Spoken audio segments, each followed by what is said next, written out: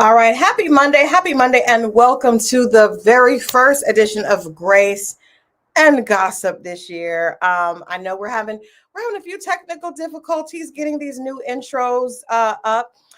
Thank you so much, Tina Bree, for the question earlier about the time.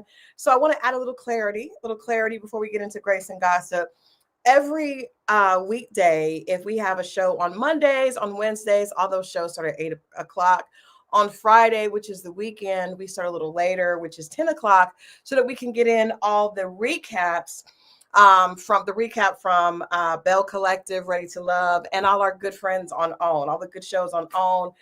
We'd like to do that Friday night show a little bit later so that we can get in the most recent show and actually talk a little bit about that. So welcome to Grace and Gossip. Like I said, this is the first show for 2024. And this is for all my ladies that like a little grace,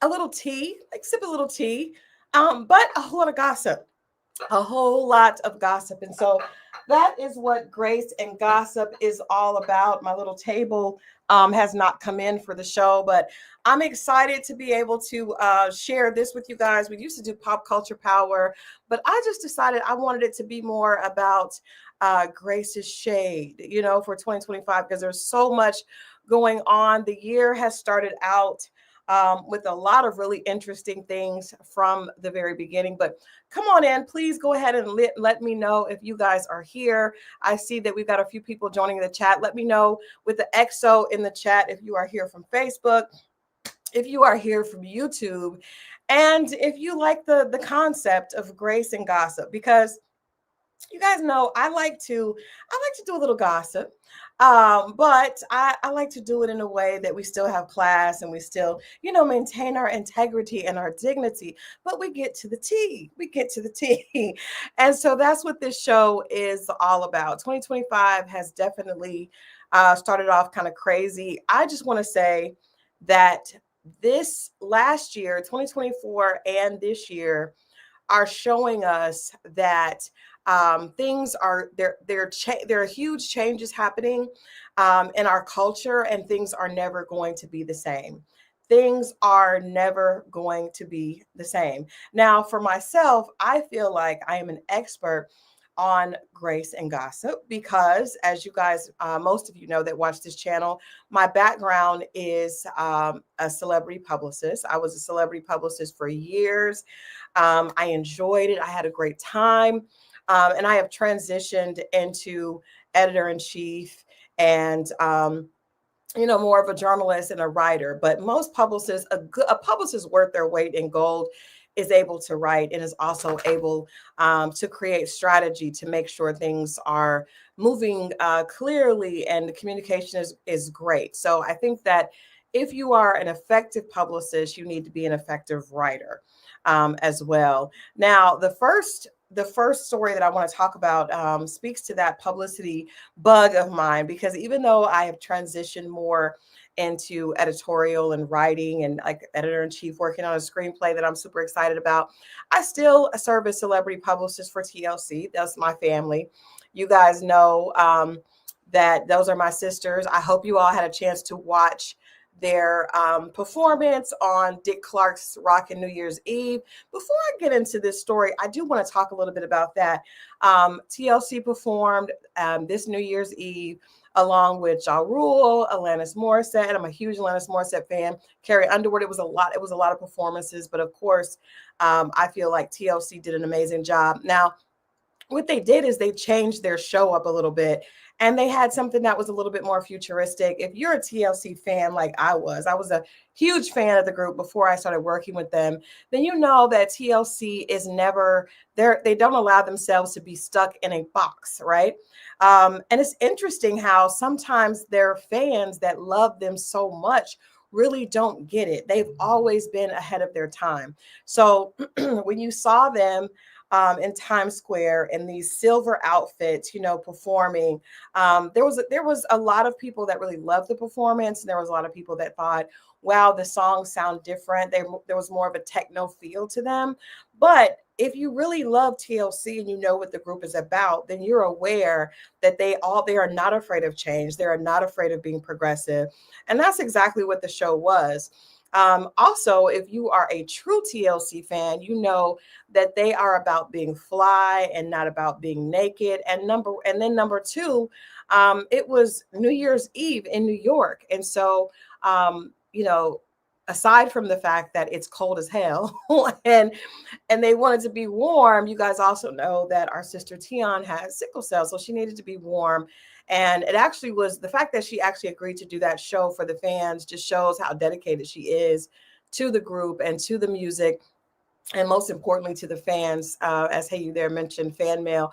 So it's just strange that people always have so much to say. But overall, the comments were extremely complimentary, and people really enjoyed the show. If you have some feedback, I would love to hear your opinion. One of the things about my show is I always welcome opinions because we all have one. So I don't shy away from people sharing their opinions. They don't have to agree with me, but have some substance behind what you have to say if you're sharing on this channel, because I feel like my demographic here are filled with a lot of really intelligent, affluent people who understand the current changes and trends, but you're able to kind of communicate better than some of the other channels I see. So I welcome any and all opinions. That's what this is all about. But of course, myself, I am a diehard fan, and also am proud and honored to have served as their publicist for decades. I've been with them for a really long time. But the first story that I want to talk about, I don't know if you guys are familiar. If you are, let me know by putting an XO in the chat. That is how we communicate here. So this is about this story here with Blake Lively and Justin. Hold on, let me pull up my notes here. Justin Baldoni from The End of Us, the movie The End of Us.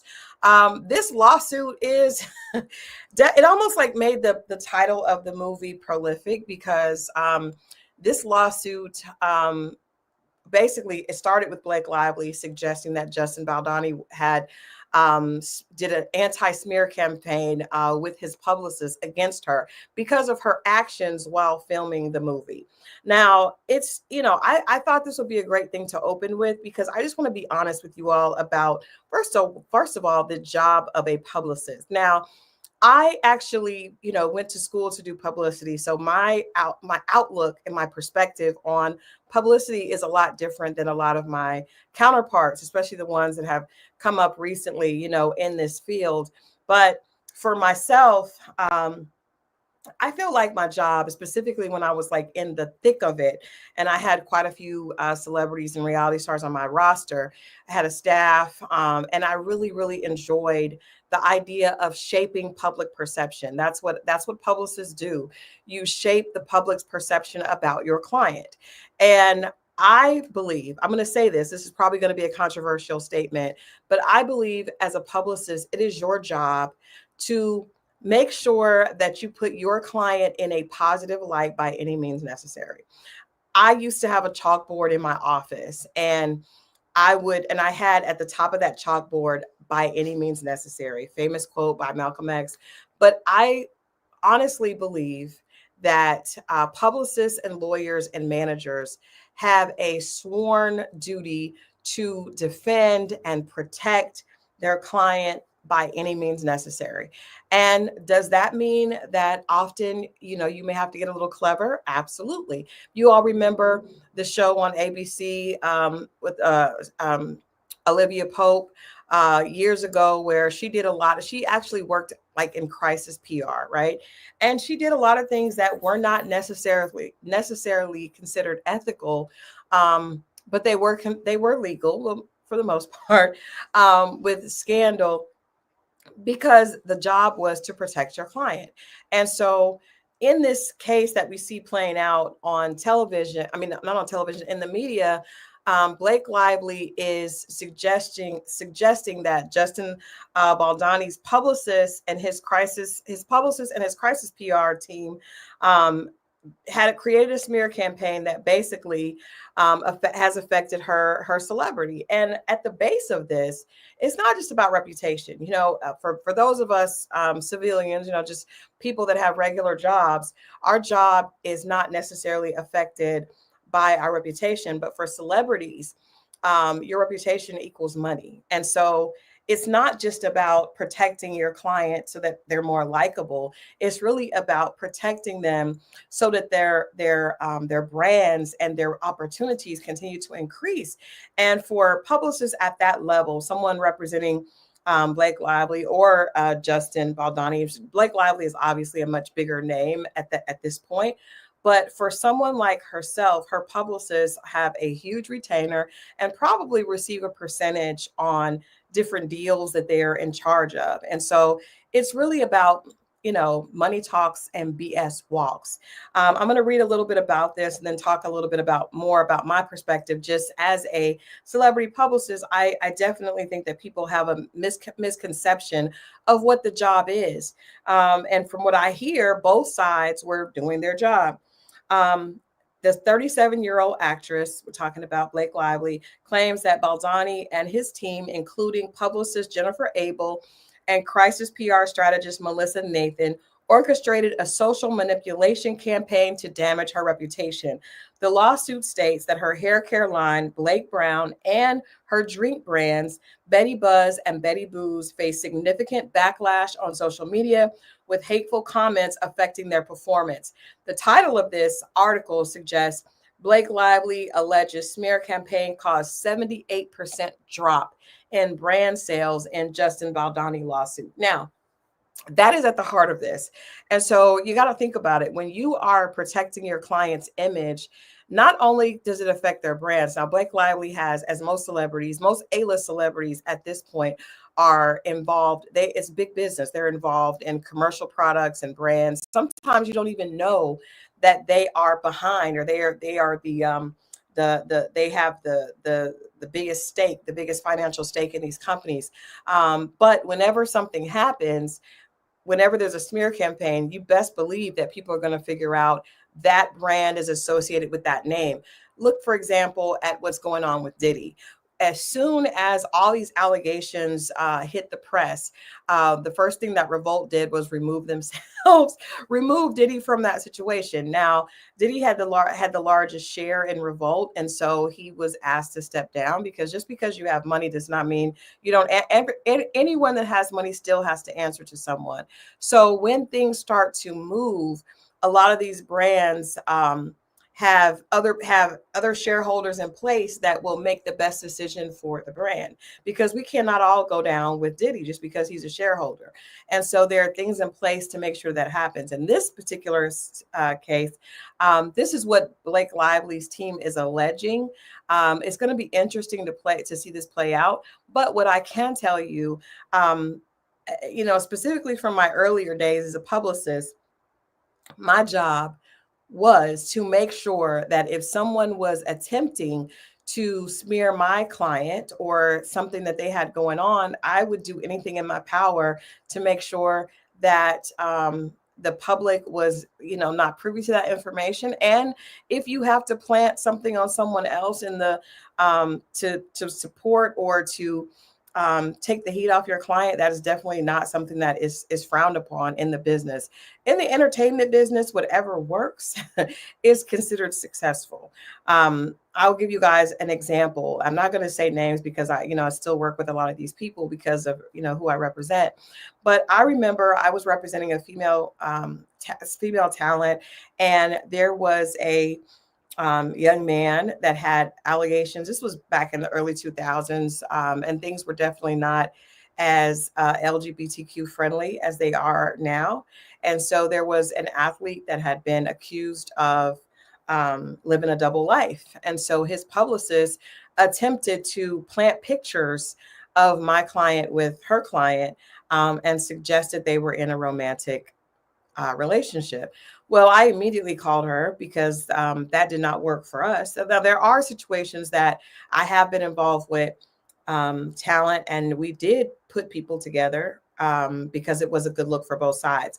But that was always a team effort as far as I'm concerned. In this situation, this publicist took it upon herself to do this behind my back and did not let me know. And so when it hit the papers, I immediately reached out to her, and she was really upset. that I called and told the outlet that this was not true, that this had been planted, because her job, again, was to make sure that she did everything within her power, ethical or no, to put her client, to dispel the rumors against her client. For myself, I told her under no certain terms was this going to work with us. She really should have reached out to me beforehand to see if we could have worked together, but it didn't work for us. So we said no. But I made sure that I dispelled that rumor, and it really made him look bad. Because we just said that this is a lie, and I let the outlet know exactly what the publicist had done, and it was a bit of a mess, but it was internal. The public would never know that, but just sharing the extent that a publicist will often go to make sure their client is painted in a positive light, or painted in the light that is will be productive for them with the career goals and aspirations that they have in mind. In this particular case, it's unfortunate because this was I enjoyed the movie The End of Us, but according to reports on both sides, there was issues between Blake Lively, who we know is married, and Justin Baldoni. And so that strife and that uncomfortable energy on set grew into something a lot larger. According to Blake's team, they requested that an intimacy coach be on set because she did not feel comfortable doing intimate scenes with him. And it was a really big mess. And so after that, according to her team, she was allegedly painted as difficult to work with. And his team started a smear campaign that definitely had backlash against her. Now, I will say that in Hollywood and in our culture, women are hurt more by the term of being difficult or hard to deal with. Men can be hard to deal with, and there's little to no repercussions, right? But for a woman who is, a beautiful woman specifically, there's very little wiggle room. If a woman is considered difficult, that is probably the biggest accusation that could be against her, because people look for reasons to dislike beautiful women. And Blake Lively is definitely considered one of the most beautiful women in Hollywood. So you can't really say much about her because she looks great. And that's, we know by Hollywood standards, that's the first rule, is to make sure that you look amazing. You look amazing, and you show up and a talented actress. Then the next thing that someone could use against you would be to say that you're difficult, or you would be a bitch. And that is, unfortunately, it's unfortunate because, like I said, for men, if men are considered difficult, they're often considered business savvy. They are revered in a different way, but for a woman, is definitely a much different ball game. What's interesting about this situation with Blake Lively is that she's married to Ryan Reynolds, one of the biggest actors in Hollywood, and this still is affecting her in a negative way. Often you would see the woman in another case that we're going to talk about in just a minute. Hey, Chris. A lot of times, if a woman is single, it's a lot easier for her to be a target, right? But for Blake Lively to be married to Ryan Reynolds, Mr. Captain America himself. Well, he's not Captain America, but you guys know Ryan Reynolds. I remember him from The Notebook, but he's a huge star, one of the biggest stars, I would say, of this century. And he is he was said to be on set, and the allegations are still being made against his wife. Just very, very interesting. But trust me, if she was a single woman, it would be even worse. For a married woman, there's a little bit of protection, specifically a married woman that is married to another huge Hollywood star. But this is going to definitely have an interesting outcome, because not only is Blake suing Justin Baldoni, but he has also filed a $250 million lawsuit against her team, basically refuting the claims that he did a smear campaign with his team. Now, that's going to be a little bit interesting to see how that plays out. Tina, I apologize for the time. I was speaking in Eastern time, because you guys know I'm here in Atlanta. But it's very interesting. It'll be very interesting to see how this plays out. I do That's Ryan Gosling. Ryan Reynolds was in The Proposal. Okay, The Proposal. Romantic movie. My bad. My bad. You're right. You're right. Ryan Gosling was in The Notebook. And he actually dated the young lady that was in it. Okay, I don't want to go down that path, but thank you. Hey, you there for the correction with those Ryans. But it'll be interesting to see how this plays out. Justin, to me, responded immediately. And I think what we're seeing that I think is going to be a big change in Hollywood is that men and women are both speaking up for different reasons. For so long, I believe that Hollywood has always been plagued with this idea. It's very patriarchal environment, right? Just from myself being in the rooms that I've been in, I don't know. I cannot tell you many times at all that I was in a situation where I was not witnessing or aware of there being some type of sexual harassment. And that's just the truth. I mean, that's just the way of this business.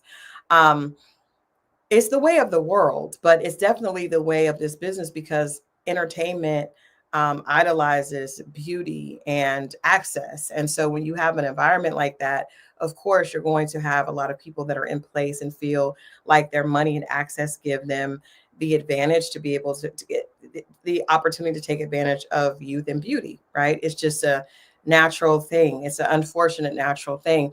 What I do think is that with the Me Too movement happening years ago, and then all this coming out over 2024, so many like curtains have been removed from. It's almost like the Wizard of Oz when you pull back the curtain and it's shocking to see.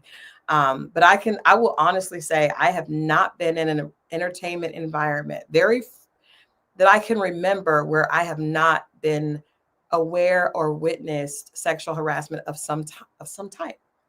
And so with the allegations that Blake has against Justin, suggesting she felt uncomfortable on set. One of the things that she said is that himself and some other men behind the scenes came into her dressing room while she was breastfeeding her child. Again, like I mentioned earlier, she suggested that the scenes where intimacy were uncomfortable, and they tried to come to an agreement that would make all parties comfortable. But as a backlash for her complaints, she is alleging that she was attacked socially and that had a 78% drop on her businesses, which is huge if that's the case. But then he came back with a rebuttal stating that he is not going to be labeled as this misogynistic predator and that his team did not do this. I don't want to weigh in because we don't know all the facts, but what I will say to you all is publicists and specifically crisis PR people, that is the name of the game. Scandal was not just a TV show. It was real. And I have seen things done behind the scenes and definitely not at that level. I've never worked with a celebrity of that magnitude, although I've worked with some pretty big names and definitely people that are considered A and B list. But what she is alleging is not far-fetched. It could go either way. But I just wanted to talk about that because I think that people think publicists are just for booking clients, on television or radio shows or podcasts and just for getting, interviews and red carpet. And a lot of publicists actually think that too, which is crazy. But publicity is really about strategy and creating a narrative that enables that is believable and that the public believes in, to the point where they support that talent, to the point where they will purchase and go to concerts and show up for movies. I mean, it's about shaping public perception, which is what I always have loved about the discipline. If you are a actress or consider yourself talent and all your publicist brings to the table is getting you into events, you do not have a very good publicist because it's really a lot more than that. It's really about creating an identity and reinforcing that and building upon that. So you create this story that people buy into, and that is worth its weight in gold, literally. So it'll be interesting to see how this plays out. Let me know what you think in the comments about this case with Blake Lively and Ryan Reynolds and Justin Maldani, and The End of Us, the movie title that was more foretelling than we could have ever imagined. Leaving that topic and going to something that's a little bit lighter. You guys know I love talking about Love is Blind. That's probably one of the most popular shows on Netflix. Netflix is killing it with movies and reality shows, but I think that Love is Blind is probably one of the most popular reality series on Netflix, if not the most popular. In my book, it debuted in 2020 and we've had 8 seasons so far. We know that the show is coming back for Valentine's Day, so you guys look out for that. We'll, Scorpio Mo and I will definitely do something to celebrate Love is Blind coming back, because we had a good time talking about it this past season. But I thought it was interesting that even celebrities themselves, Ariana Grande mentioned that the show is her favorite reality series, period. Hands down, Ariana Grande's favorite reality series is Love is Blind. And she said that she keeps up with some of the couples. She believes in their stories, and she will go back on Instagram to see if they are still together later or not. I just thought that was really cute, because we know that Ariana Grande is a pop star that is well known for her love songs and relationship songs. She actually has kind of like a little sassy personality, and she's in a relationship now and happy, hopefully. But I think that what she said about Love is Blind, so the show was like her favorite and she's addicted to it. A lot of celebrities have acknowledged that. Gwyneth Paltrow, I mean, it's been a bunch of celebrities that have spoken out about loving Love is Blind, and actually spoken out about the characters and the cast that they like or that they don't like. You guys know a lot happened this last season with like Marissa and Nikki D, and just the whole Hannah, that whole scene. There were a lot of celebrities that weighed in on it, which of course continues to push the viral trend on the show. But I think at the base of it, these shows we love because they feed our belief in that there can be a happily ever after. I think as crazy as the world is, and as much as people say they don't believe in relationships and they don't believe that marriage works and all that, at the base of it, most people really do want to find their person. And I think we tune into shows like this, yes, to see the train wrecks, because they are definitely hilarious. But I think at the heart of it and at the core of it, most of us are like Ariana, and we really want to see something that ends in happily ever after. Now, does Love is Blind provide that? Not necessarily. Not necessarily. Maybe once in a while. They're actually doing better than some of the other shows on, but not really at this point. The percentage is very, very low. Definitely less than 20%, probably somewhere between 10 and 15% for Love is Blind couples, but it's definitely a fun ride. And I think that little article just showed me that people really do want to believe in happily ever after. Yes, we like the drama, but at the end of the day, everybody wants to see love actually work. Now, on the flip side of that is another story. Now, I don't know, that's kind of a blurry picture, but I don't know if you guys are sports fans. I am not that much of a sports fan. I mean, my husband is into the Falcons very, very seriously. However, this story basically got me to tune in because Joy Taylor, who is a beautiful, this is Joy here, beautiful anchor. For the first time, we are seeing a woman named in a sexual harassment lawsuit. I told you guys, this 2025 is about to be even more of a pull back the curtain year than 2024.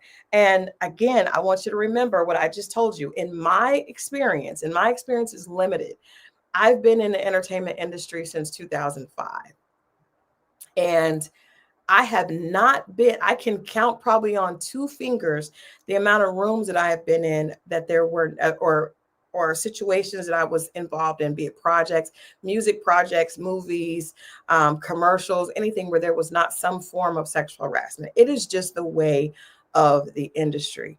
It is accepted. It is normalized. It is just what it is. And so in this case, I'm going to read you guys a little bit about this case with a former hairstylist that worked for Skip Bayless, that basically accused him of harassing her sexually. But in this lawsuit, this 42-page lawsuit, she also, Joy Taylor catches a stray.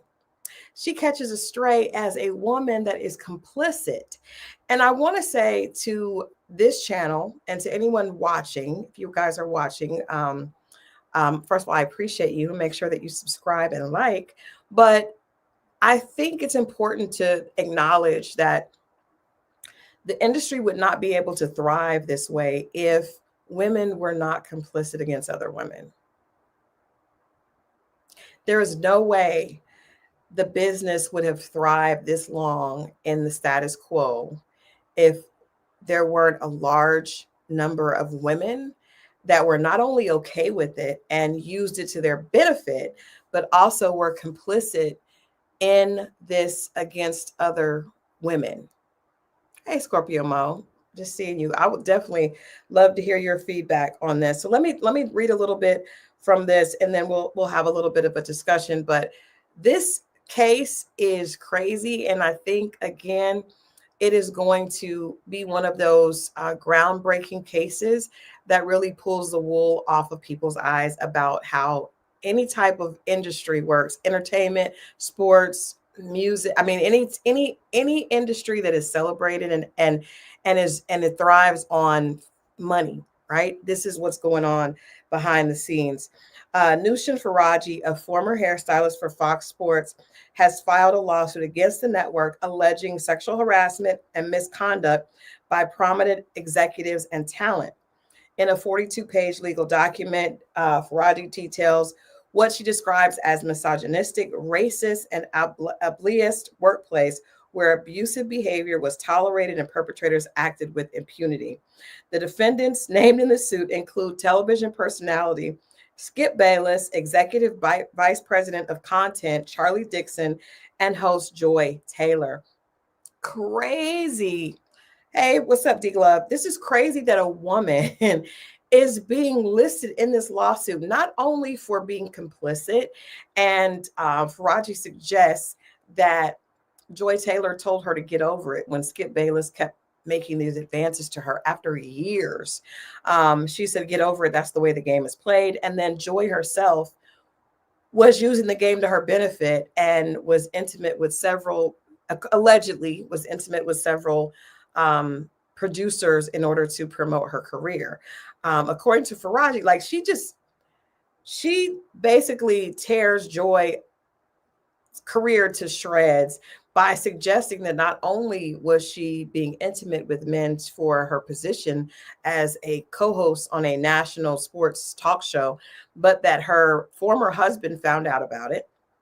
And then when she immediately found another fiance, an NBA player, and he found out about it, Charlie Dixon actually paid him off to not take the relationships that she was having public. Crazy. And like I said, to my knowledge, this is the first time that a woman has really pinpointed another woman in a lawsuit for being able to benefit from a environment that promotes sexual harassment. Groundbreaking, very interesting, lots of tea, lots of tea. Because I'm just like, how is that going to work? Because do you know how many women in sports, movies, music have benefited from the good old boy, casting couch? Like, if this actually goes, I don't know what's going to happen next. I don't know what's going to happen. Yes, Joy allegedly slept with Emmanuel. Yeah. Let me get to some more. But that definitely is what it is. And according to Faraji, her make and it's kind of crazy because in the lawsuit she says that she could tell when she was invited out to dinner, she could tell that Joy was, involved in an intimate relationship with these men. I don't know how she's going to prove that. There's allegedly text messages and communication between the two of them, but it's going to be really difficult to prove what was going on in someone's bedroom. However, the ex-husband and the ex-fiance could provide a little bit of context to that. And this is all alleged. It's just a very interesting story. But I do think that when women are complicit in these situations, it makes it difficult for other women that do not want to play the game, right? So if Missy is okay with sleeping her way to the top and then Jennifer is not, Jennifer is going to have a harder time standing up for herself because other women are doing it. So it's very unfortunate. But it's also just the way of the world, and no one is surprised. I'm just surprised that it's actually coming out, and the fact that for this hairstylist had the gall to actually present this and actually name Joy Taylor in this lawsuit. Um, all right, so let's go. Faraji is a Los Angeles-based stylist, had an extensive career in hair and makeup before joining Fox Sports in 2012. She worked on high-profile projects, including La La Land, the big movie, L'Oreal, Old Navy. She's a big-time hairstylist. She is now employed. So she's no longer at Fox. She's now at Vito Esposito Salon. So Joy Taylor joined Fox Sports in 2016 as moderator of Skip and Shannon Undisputed.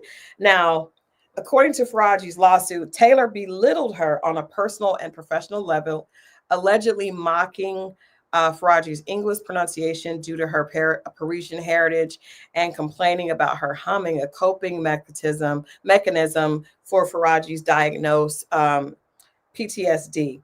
The accusations extend further, claiming that after Faraji confided in Taylor about inappropriate touching by Charlie Dixon, Taylor dismissed her concerns. I think that's when she told her to get over it. Allegedly, Taylor advised her to get over it, warning that their jobs depend on Dixon and could be jeopardized if they spoke out. Obviously, Taylor did not want to speak out herself. She was fine. The lawsuit alleges Taylor used her relationship with Dixon to advance her career, and that Taylor planned to accuse Dixon of sexual coercion once he no longer served her interest. Now, what is crazy about this is that Faraji is suggesting that Taylor put her up on game, which was basically that she was going to sleep with Charlie Dixon, or that she was, having this relationship with him. And when it did not serve her, she was going to go to HR and suggest that he was harassing her. Madness. But again, I want to say this happens a lot. A lot of times women are complicit and learn how to play the game. And up until now, we've really only the face of sexual harassment has been a woman suing a man, right, for pressuring her. Now, in a lot of these cases is interesting because I've seen a lot, right? So a lot of times you see someone, and if a woman is allowing an intimate situation to proceed, it's difficult to believe sometimes that she was forced into that, because there's always the option to say no, which Faraji did, right? Yes, Ghislaine Maxwell is a good example of a woman that was complicit with a man. But there are so many women, because like I said, it could not happen at this level if women were not complicit. Let me just tell you guys something. I believe with every bit of my soul that if Diddy is convicted, which again, all of his allegations are alleged except for what we saw him doing to Cassie in that hotel, right? As of right now, he has not been convicted. However, everything that happened, and even in that hotel, there were women that knew about it. There were women that knew. With the situation with R. Kelly, there were women that knew. I personally believe R. Kelly's ex-wife is complicit. I believe there were women. I know we obviously know there are men that were complicit, right? But there are women as well. And to me, it's worse because as a woman, if you sit by and watch another woman be victimized, I think that that's just, to me, you're just like the scum of the earth. Because if it was your daughter, if it was your sister, how dare you put another woman in that position? It's one thing not to get involved, but it's another thing to actually bring and promote and condone and be a part of it. Like, that is disgusting. It is disgusting. And if this case, if the things that Faraji is suggesting against Taylor are true, then good for her for actually creating a precedent for us to actually like go after women that do this, right? If you're benefiting from your relationship, using your body to get to the top, that's one thing. But to encourage other women to do the same thing and to be a hindrance to them because of it is disgusting. I think it's disgusting if you do it, but I also think that I don't have a right to tell another woman what she can do with her body. And for myself, I chose to take the long route, which was a route that a lot of women were not okay with. There are most of my peers, were not okay with that route. You know what I mean? I will just say that most of the women I worked with were not as antisocial as I was at some points, right? And that's because I that's just who I am. I was not willing to sacrifice myself for success, but I also don't turn my nose up at the women that do, because everyone has a different set of morals and everyone has a different belief system, right? And I've had really candid conversations with women that made a very different choice. And I don't think I'm better than them. I just think that I have to do what's best for me. However, if I am involved in oppressing and manipulating and taking advantage of another woman, then I think that woman needs to be prosecuted just like the men that she's complicit with. Just my opinion. I would love to hear what you guys think about this case, because it's interesting, because Skip Bayless is the primary defendant in this lawsuit. However, the backlash and the media is really focusing on Joy because of it being a woman, right? And she's a beautiful woman. But I think that the idea of a woman being involved in this good old boy club against another woman is shocking, but it should not be. It definitely should not be. There's no way these machines run at this level without other women being okay with it, other women benefiting from it, and using it as leveraging it against other women that are not okay with this game. So let me know what you think in the comments about Faraji versus Taylor. Do you think that she had a right to put out her business? I don't know how I feel about that. Because like I said, I think it's difficult. It's going to be difficult to prove what was happening in Joy Taylor's bedroom. Like, that's very difficult. And that's a lot of hearsay, right? Just to assume that because you walk up on someone and see them, in provocative clothing with someone, that they're having an intimate relationship. Like, that's a bit of a leap legally to be able to prove. But do I think there's probably truth to it? Sure, but can you prove it? We'll see. I also thought that it was interesting that we're coming to a point where people are pulling back the shades and just being honest about what things are. And I think that's probably a good thing. Jason Whitlock made a statement that a lot of people have an issue with. And I actually don't think that he should be in trouble because of it. Basically, he said that he saw Joy Taylor and he stayed away from her because he knows himself. He mentioned that she was always dressed provocatively. Let me pull the quote so you guys can hear exactly what he said. But basically, he was saying that she was always dressed provocatively, and that he he knew that he could not deal with it. He mentioned about Farashi that he was a fan of hers. He thought she was a good person. Um, he said anybody that knew me and knew my reputation at Fox Sports, it was like, hey, I'm going to come into this makeup room. I'm going to say very little because I'm not going to give any of you leverage over me. I'm not going to make a mistake and allow some woman I know a little bit, but really don't know to have leverage over me. So it's almost like he's suggesting that, um, you know, he wanted to be very careful uh, not to say anything. He says, I basically, for the most part, just kept my distance from Joy Taylor, not because I didn't like her, but because I knew myself. I know what I'm capable of. That big rack of hers, she showed off constantly. And that peanut butter skin with that big rack, like, Jay, keep your distance. That's going to get you into trouble. Um, uh, yeah. So, I mean, but that's him speaking um, on how he felt about his actions. And I think when you're in a situation, when you're in an environment like that, most men, a lot of people are saying he sounds predatory. Probably a lot of people are talking about the way the men look, and maybe this person didn't look like. Let me tell you something. At that level of success and financial access, those men, they could look like a bag of potatoes and they will still hit on a woman because they have money and they have power. And that's what a lot of these women are attracted to. And it doesn't matter if the man looks funny looking or is older. It doesn't, none of that factors into this. These men are aware of what their money, power, and access allow, right? Or even just being a former athlete. There's a certain amount of power and notoriety that go along with that. So I think he was being honest. I don't know if he's going to be penalized for that. It's going to be interesting to see. I think we're just in a different climate, and at this point, people are saying things. What's most shocking is just seeing that Faraji actually, her team, because I'm sure this is not. She has a legal team that is aware that this could be a very, very lucrative lawsuit, right, against Fox.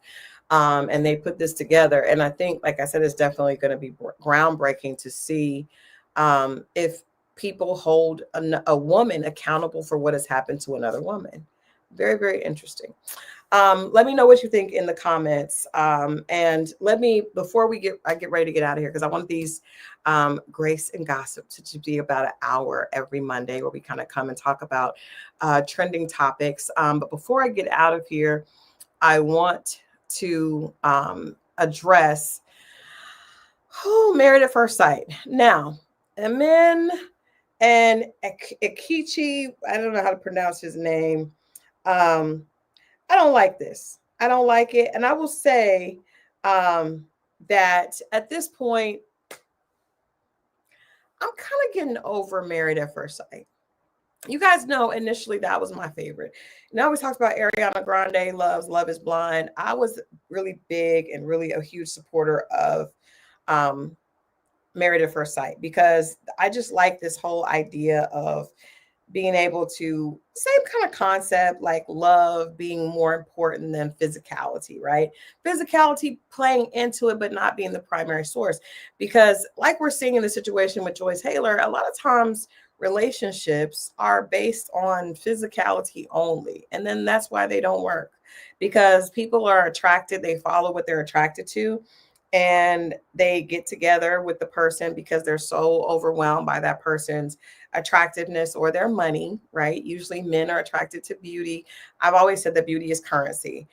Men are attracted to beauty, women are attracted to money. And when you get together based on those very superficial things, then the relationships tend not to work out. This is just my opinion. You can let me know what you think. But that is one of the things that I liked about Married at First Sight. Now, over the last few seasons, I would say last 5 seasons, and men and I feel like what has happened is people that are attracted to these shows are just trying to be famous. They're not really looking for love. And I think there's such a gravitation towards being famous that you're not even able to get authentic people to sign up for these shows anymore.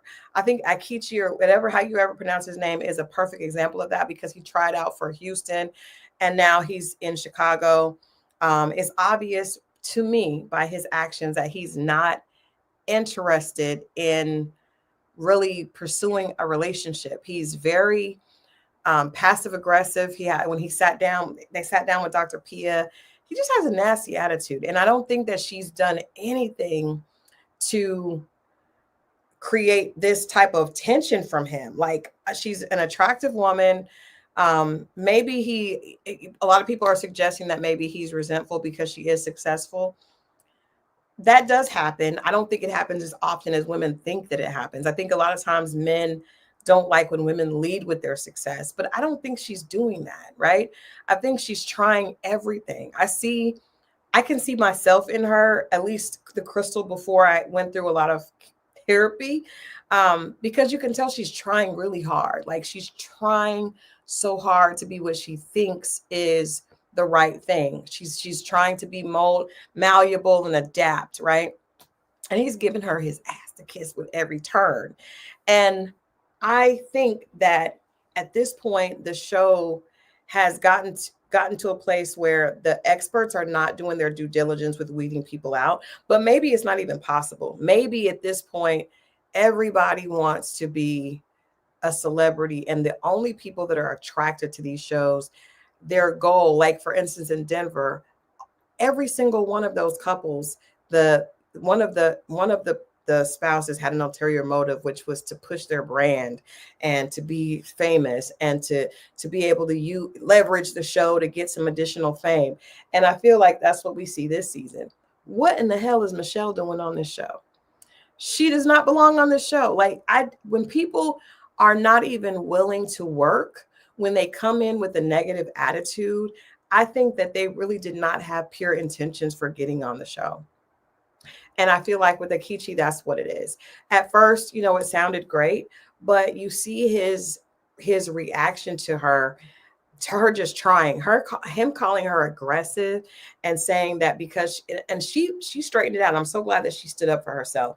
He mentioned that he does not want to be intimate with her. First of all, that is so hard to hear. I'm sure that is, I hate this show because I feel like, hey, Jacob, I feel like people come on the show and they probably leave with their self-esteem in shreds, right?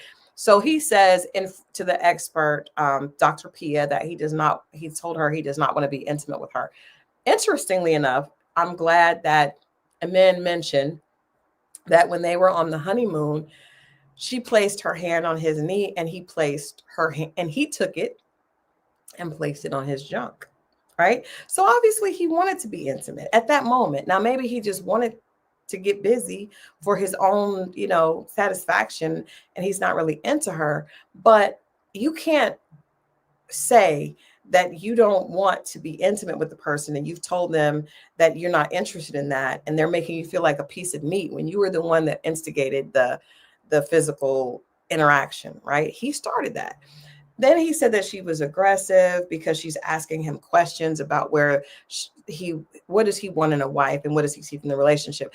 And he said he's just thinking, oh my gosh, just let it flow. Well, we have 6 weeks, sir. It cannot flow in 6 weeks. You have to state what you're looking for and see if this is it. That's why you come on the show. But for all the crying and belly aching he's doing, to me, he really didn't have intentions of finding something. He just wanted to be on television. And I think a lot of people are like this. I don't necessarily know if Michelle just wanted to be on television. I'm going to tell you guys what I think. I think Michelle has an issue with the fact that not only is David not affluent, he doesn't have a lot of money. He lives with his parents. She's definitely made sure that that's clear. She hates that. But I also think she has a problem with him being Puerto Rican. That's just what I think. You guys can let me know what you think in the comments. I feel like she has an issue with that. She keeps saying that she's not attracted to him. And all her friends have stated that he's extremely attractive. Most people, would not consider him an ugly person. But for her to be like she's just that disgusted with him physically, she feels no. I think she's not attracted to him. I think she did not want a minority spouse. That's just, I'm going to say it. I'm saying it for grace and gossip. I'm saying it. Okay. I think that she'd feel uncomfortable. And I feel like he specified with the experts. You guys remember he actually told them that he preferred blonde and blue eye, right? I know she did not specify she wanted Puerto Rican. She did not. She was expecting a Caucasian from the mountains of Caucasoid, and she was not prepared for this extremely ethnic looking man that she's not into. She that makes, because sometimes a person not might not necessarily be a racist, but they may not feel a connection with someone because that's so far from their comfort zone. And I feel like that's what it is. I feel like she is really not comfortable with, she's a very vanilla person. Like she's very and it comes from trauma, right? Because she grew up with less than, and it seems like she really had an issue with it and has some issues that she needs to work on in herself, because she brings up the fact that she worked really hard and she wants to have this lifestyle, but she's not being honest about the fact that everybody, like Dr. Pia brought up, like, what if your friends didn't want to interact with you because you came from humble beginnings? And she's like, well, I don't want to go back there. Okay, but why not expose him to something else? You know why? Because he looks like Moana and she doesn't like it. He looks like a Dominican. He's super ethnic looking. There's some Puerto Ricans that look more like, just don't look as ethnic, but he's not that. And I think she's uncomfortable with it. And I think that's the elephant in the room that she does not want to say.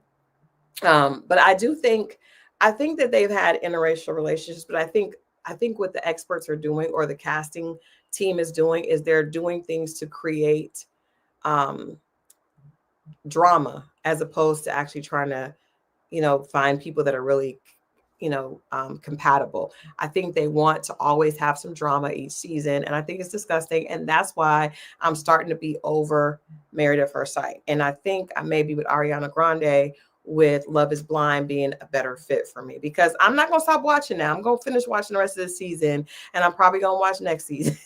But I'm just telling y'all, I don't like it because I don't feel like they're doing their due diligence, and I don't feel like the experts step in when they should, because allowing someone to be emotionally beat down by a person that you put them in a relationship with is kind of disgusting. They don't step in until the very end. Like they just sit there and just, very, very passively and lackadaisical answers and solutions. They don't really actually get involved and suggest, if the two people are being almost like emotionally abusive to each other, let them leave the situation. But you have them stay there and keep trying while the other person keeps, like, to me, Michelle and David is a perfect example of Michelle. David needs to leave, but you see, he keeps trying. And that also could be because I think when you idolize what you are not, that could be a problem. That may be a problem, because Michelle don't look like his mom or her sisters. Not saying that race is an issue, but I'm just saying when you idolize what you are not, that may be a bigger sign of an issue with you. Um, we're not discussing later daters right now. We're addressing Married at First Sight, and the fact that I'm kind of over it. I'm over it. I do agree, Kimberly, that Kimberly reviews that him living with his parents is a turnoff. I would be struggling, but I wouldn't be to the this is ridiculous. I do think that I would have some serious questions, but I also, if you go on a show like that, you have to be open. When you go on a show like that, you are saying that you are open to a challenge. And she came in not open. She started hyperventilating at the wedding because he lived with his parents. If he has enough money, and there are a lot of people, especially in the Hispanic culture, that believe in staying at home until they find their mate. And I would have a bigger problem if he didn't have any money at all. But I think that he has chosen to stay at home because he probably is lonely. You know what I mean? Now he may not be living at the level that she is, but y'all saw her apartment. She's not balling either. She is not balling. Now, maybe she came on there to find a man that was balling, but that's not the show to go on. She should have went on the Married to Millions or something. This is not the show. There are a lot of broke men on, on Married at First Sight. It happens all the time. This is not the show if you want to be a sugar baby, because her place is just not that plush or posh to me. for her to be talking the way she's talking. She's kind of I mean, when he said that her stuff was simple, I think she took it the wrong way. But I think he meant like it wasn't like she's not, and man, she's not living like that, you know. No, it's not the same. It's not. She need to go to her house and see what that looks like, because she's acting like she's at that level and she's not. I'm just saying. I think the problem is race more than anything else. I think him living in his parents, but if he explained to her, and you guys also remember when Dr. Pepper asked her, would it be a deal breaker if the person did not have their own home and they did leave their parents? She said no. She was like, I'd be open to it. I'd have to think about it. But she didn't act like she would be this disgusted. And she keeps saying that there's not any physical attraction. I think it's more about him being this ethnic. He looks like he's very ethnic looking, and she wasn't ready for that. I don't know why nobody ain't gonna say it, but I'm gonna say it. We're gonna talk about it on Grace and Gossip. So that is our conversation for this Monday. I want you guys to let me know what you want to talk more about. I decided to do more pop culture topics because I didn't want to just stay focused on reality shows. But let me know what you think in the comments. And of course, I will be back on Wednesday with Scorpio Mo for dating disasters, dilemmas, and deal breakers. You guys know the dating diaries we do every Wednesday. If you have a dating dilemma or disaster or deal breaker, make sure you slide into one of our DMs or inboxes and share it with us. And we're happy to share it on the show. And then on Friday, we're right back with Love and Marriage Huntsville. Things keep happening. Sunny has shared more information, so we'll definitely be tapping into all of that. Stay tuned. Make sure that you are subscribed, because we know that Ready to Love is on its way back. Ready to Love is back February 7th, and then Love is Blind is back on Valentine's. And so we're going to have a great time. And February is going to be a good month. We're going to keep talking here on Grace and Gossip about the trending topics. You guys know that there have been rumors that Cat Williams is sitting down again with Shannon Sharp. When I tell y'all, I am waiting with bated breath. I am waiting with bated breath to hear that. I cannot imagine what this conversation is going to be like, even if it's not necessarily a bunch of like tea. I just want to know what he's going to say and what was his takeaway from what he was able to kind of incite last year. So anyway, that is my conversation for today. Make sure that you guys join me again next Monday for Grace and Gossip. We're going to build this show and have lots of fun.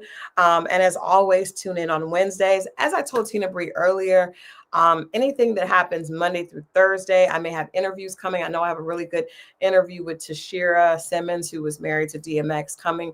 I have the interview with Jamal Bryant. We're taking some snippets for, and I have a great interview with David Shands and his partner. All those things will drop at 8 o'clock throughout the week. So it could be a Thursday, it could be a Tuesday. Wednesday is always going to be Dating Diaries. Monday is always going to be Grace and Gossip. And Friday at 10 is always going to be Reality Recap. So you can tune in here, and be a part of this family. Get to know what we're talking about. We have events coming up. I know that we have an event that I'm working on with Black Girls Guide to ATL, celebrating Meghan Markle's cooking show that's coming on Netflix. I know people have a lot of comments about that. We'll get into that next Monday. But yes, we will be talking about all of this and so much more. But I love you guys for watching, and I look forward to seeing you next Monday for a little bit more grace and a little bit more gossip. All right. You guys make it a great week. I love you for watching. Don't leave without liking and subscribing, and I will see you on Wednesday.